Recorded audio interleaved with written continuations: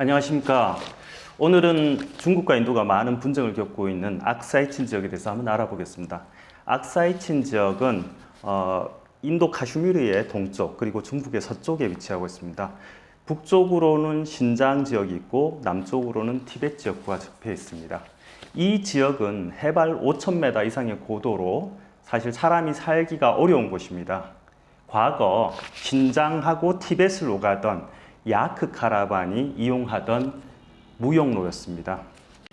1717년 몽골의 한 공국인 중가르크汗국이 티벳을 침공한 적이 있습니다. 그때 티벳은 달라이 라마 5세가 죽고 6세가 여기저기서 난립하던 시기였습니다. 이 혼란기를 틈타서 중가르크汗국이 티벳을 침공했는데 이때도 이 길을 통해서였습니다. 현재 인도와 중국은 악사이친의 영유권을 주장하면서 서로 다른 국경을 주장하고 있습니다.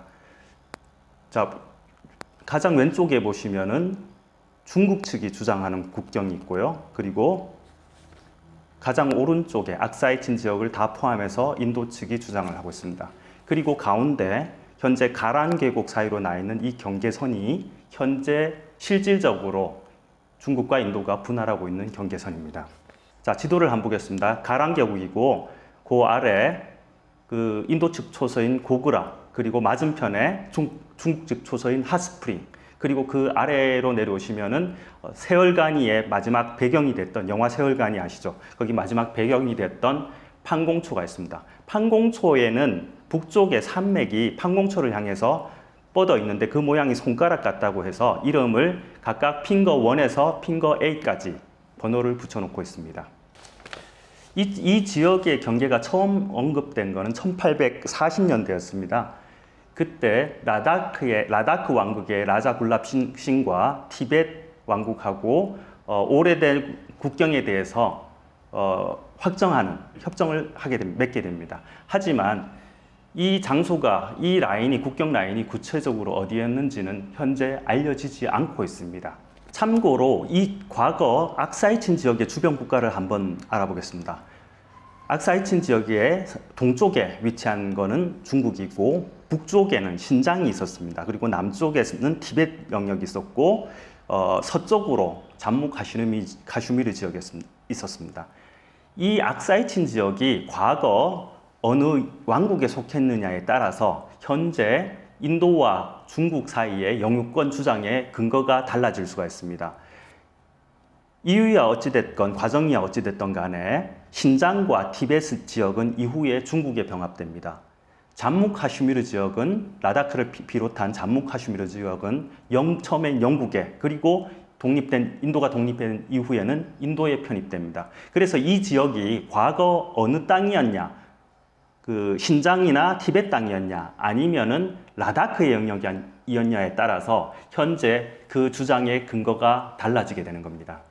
1846년 이때까지 이 지역은, 잠무 카슈미르 지역은 시크 왕국이 차지하고 있었습니다. 하지만 1846년 영국이 시크 왕국을 패배시키고 이 지역을 차지합니다. 그때 이 지역의 통치자, 마하라자고 하죠. 라자 굴랍싱을 이 지역의 마하라자로 임명을 해서 중국과의 국경에 대한 협상에 나서게 합니다. 하지만 실질적인 진전은 보지 못합니다. 이후에 영국의 국경 감독관은 이 지역의 남쪽 끝을 판공초까지로 하고 북쪽 영역을 주인 없는 땅으로 간주합니다. 1865년 영국의 측량 담당 공무원인 윌리엄 존슨이 이 지역의 경계를 제안을 합니다. 그것의 주요 내용은 악사이친을 잠무 카슈미르 지역에 포함시키는 것이었습니다. 이때 중국은 둥간 폭동이 있었는데 이 지역 경계에 대해서 신경 쓸 계제가 못 되었습니다. 그래서 별다른 언급을 하지 않습니다. 당시 카슈미르의 마하라자는 북쪽의 쿨룬 산맥의 산주 패스를 여기에 포함해야 된다고 주장했습니다. 그는 실제 쿨룬 산맥 북쪽에 사이둘라라는 지역에 성을 쌓고 군대를 주둔시켰습니다. 하지만 1878년 중국은 신장 지역을 온전히 차지합니다. 그리고 카라쿠란 패스에 국경 표지석을 세워서 중국의 영유권을 공고히 하고자 합니다. 1897년 영국인 장교 존 아르다는 북쪽의 쿨룬 산맥의 능선을 경계로 제한합니다. 이 제한은 존슨 라인을 좀 더 구체화하고 보완한 것이라고 할 수 있습니다. 그래서 이후에 이 둘을 합쳐서 존슨 아르다 라인이라고 불리게 됩니다. 이 존슨 아르다 라인의 주요한 내용은 악사이친 지역을 카슈미르에 포함함으로 인해서 이후에 인도가 그 영유권을 주장하는 근거로 사용되고 있습니다. 1893년 중기근 관료 헝타체는 카시가르의 총영사, 영국인 총영사 조지 맥카트니에게 이 지역의 지도를 전해줍니다. 이후 인도 영국 총통 로드 엘긴경이 이 지역의 지도를 제작하게 되는데요. 이후 1899년 클라우드 맥도날드 경이 이 지도를 중국에 제안을 합니다. 이 지도에 나타난 국경선은 카라코람 산맥을 경계로 제한하고 있습니다. 그래서 중국의 경계를 타림강의 분수령에까지 이르게 하고 영국의 경계를 인더스강의 분수령에 이르게 합니다. 그리고 락창구역의 남쪽 린지탕 평원을 인도에, 그리고 락창구역의 북쪽 악사이친을 중국에 포함시키게 됩니다. 결과적으로 중국이 악사이친과 그 북쪽 지역을 차지함으로 인해 가지고 이후에 러시아가 남하하는데 저지하는 역할을 하게 됩니다. 1908년까지 영국은 맥카트니 맥도날드 라인을 공식 국경으로 사용합니다. 하지만 청왕조 멸망기, 그리고 중국에서는 신의 혁명이 있고 안팎으로 많이 혼란스러운 상황일 때 영국은 존슨 라인을 이 지역의 국경으로 사용하기 시작합니다. 1917년부터 1933년까지 중국에서 발행된 포스탈 아틀라스 오브 차이나에 보면은 쿨룬 산맥을 따라 뻗어 있는 존슨 라인에 따라서 악사이친 지역을 보여주고 있습니다. 그리고 1922년 발행된 북경 유니버시티 아틀라스에서는 악사이친 지역을 인도에 포함시키고 있습니다. 하지만 영국은 악사이친 지역에 대한 실질적인 통제를 하지 않았고 영국과 티벳과도 이 지역에 대한 협의를 진행하지 않았습니다. 그래서 이 지역은 1947년 인도가 독립할 때까지 경계가 확정되지 않은 채로 남아있게 됩니다. 1947년 인도가 독립했을 때 인도는 존슨 라인을 공식적인 국경으로 사용합니다. 존슨 라인 안에는 악사이친 지역이 당연히 포함된 지역입니다. 그것은 쿨룬 산맥을 따라 동쪽으로 내려오다가 남서쪽으로 진행하지 않고 동쪽으로 악사이친 소금평원, 그리고 카라코란 산맥, 그리고 남쪽으로 판공초로 이어지는 라인입니다.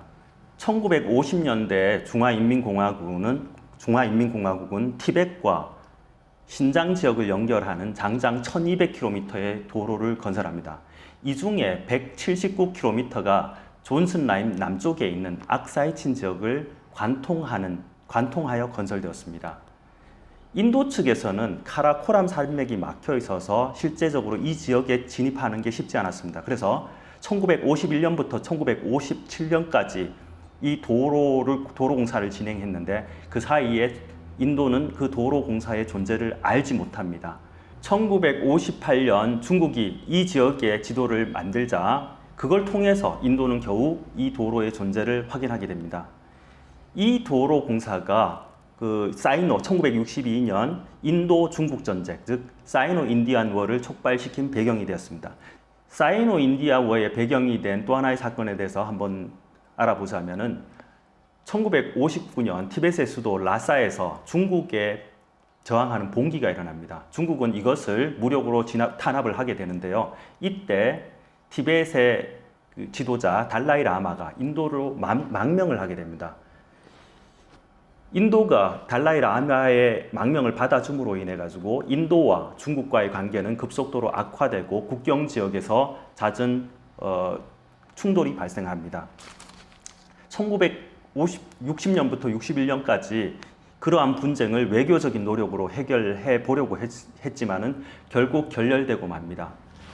1962년 10월 20일 중국은 장장 3,225km에 달하는 국경에서 일제적으로 국경을 넘어 인도 지역으로 침공합니다.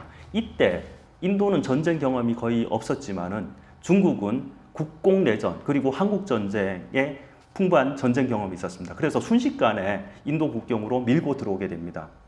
근데 그 한 달 뒤인 1962년 11월 20일 중국은 일방적으로 정전선언을 하고 뒤로 퇴각을 합니다. 그 퇴각한 라인이 현재 인도와 중국군이 맞대고 있는 실제적인 경계선입니다. 그 당시 중국이 왜 퇴각을 했는지는 분명하지 않습니다. 하지만 많은 나라들이 중국의 팽창을 경계하고 있었고 당시 러시아가 군사적 원조 협상을 진행하고 있었다고 합니다. 아마 중국에서는 그러한 상황을 고려하여 실질적인 이득을 얻고 정전선언을 하지 않았나 추측되고 있습니다. 이 전쟁과 관련해서 인도의 입장은 수상 네루가 언급한 것처럼 악사이는 수백 년 동안 인도 라다크의 한 지역이며 그 북쪽의 경계에는 논쟁할 필요조차 없는 확실하고 결정적인 것이다 라는 것입니다. 중국의 주은래는 서쪽 경계는 결코 확정지어진 적이 없으며 악사이친을 중국의 경계로 포함한 메카트니 맥도날드 라인이 중국 정부에서 인정하는 유일한 경계다라고 했습니다. 그러면서 악사이친은 이미 중국의 영유권 안에 있고 협상에서는 이러한 상황이 고려되어야 한다라고 주장했습니다. 2017년 6월 시킴에서 또한 분쟁이 발생합니다. 중국, 인도, 부탄이 국경을 마주하고 있는 도쿨람 지역에서 도로 공사를 진행합니다. 이 지역이 어떤 지역이냐 하면은 인도의 동북 7개 주로 건너가는 짤록한 길목이 있습니다. 그 길목에 위치하는데 만약에 중국이 이 지역을 차지하게 되면 인도는 본토에서 동북 7개 주로 가는 길을 육로를 잃어버리게 되는 겁니다. 그래서 아마 인도에서 선제 공격을 하게 된 것 같습니다. 아무튼 결론적으로 중국은 인도 국경으로 들어와서 인도 측 초소 두 곳을 파괴를 합니다. 이 때문에 수십만 병력이 서로 대치하고 많은 전투기, 탱크 이런 것들이 국경 주변에 배치되면서 긴장감이 상당히 높아지게 됩니다. 2019년 8월 5일 인도 정부는 잠무 카슈미르의 특별자치권을 폐기하는 대통령령을 발표를 합니다. 이 지역을 연방 직할지로 하여 관할권을 공고히 하고자 하는 인도 측의 의지가 담겨 있다고 할 수 있을 것입니다. 이것 또한 중국의 심기를 건드린 듯합니다. 2020년 5월 가랑계곡 접경지대에서 소규모 충돌이 발생하다가 2020년 6월 16일 드디어 인도 군인 20명이 사망하는 대규모 충돌이 발생했습니다. 이 충돌의 배경에는 또한 도로 공사가 그 원인에 있었습니다. 이번에는 인도 측 도로 공사였습니다. 인도에서 레로 들어가는 길은 마날리에서 출발하는 로탕 패스가 유일합니다. 하지만 이 길은 겨울에는 얼어붙어서 이용할 수가 없고 5월에서 9월 사이에만 이용할 수가 있습니다.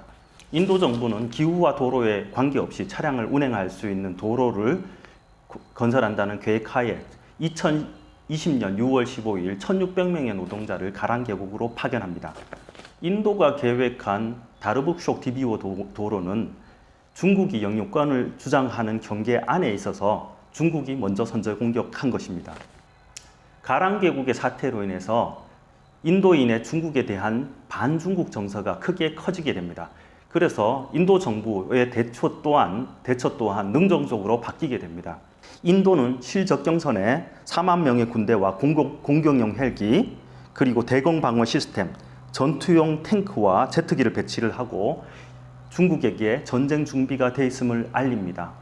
당시 중국은 트럼프와 외교적 마찰을 빚고 있는 상황이었고 다른 나라들과 무역 마찰을 빚고 있었습니다. 그래서 이러한 상황을 고려하지 않을 수 없고 다른 나라들의 눈치를 보지 않을 수가 없던 상황이었습니다. 그래서 중국은 고구라, 핫스프링, 그리고 항공초의 핑거4에서 병력을 철수를 했습니다. 하지만 여전히 핑거4에서 일부 병력을 남겨두고 있고 핑거5, 6, 7에서도 마찬가지로 일부 구조물들을 남겨놓고 있는 상태입니다. 악사이친 지역에 대한 영유권 주장은 누구도 양보할 여지가 없는 만큼 타협의 실마리는 잘 보이지 않고 있습니다. 인도와 중국, 중국과 인도, 덩치와 인구수마저 비슷한 이 두 나라가 앞으로 정치, 군사, 경제적 관계를 어떻게 가져가냐가 앞으로 세계사 관전에 있어서 중요한 포인트가 될 것은 틀림없을 것 같습니다. 감사합니다.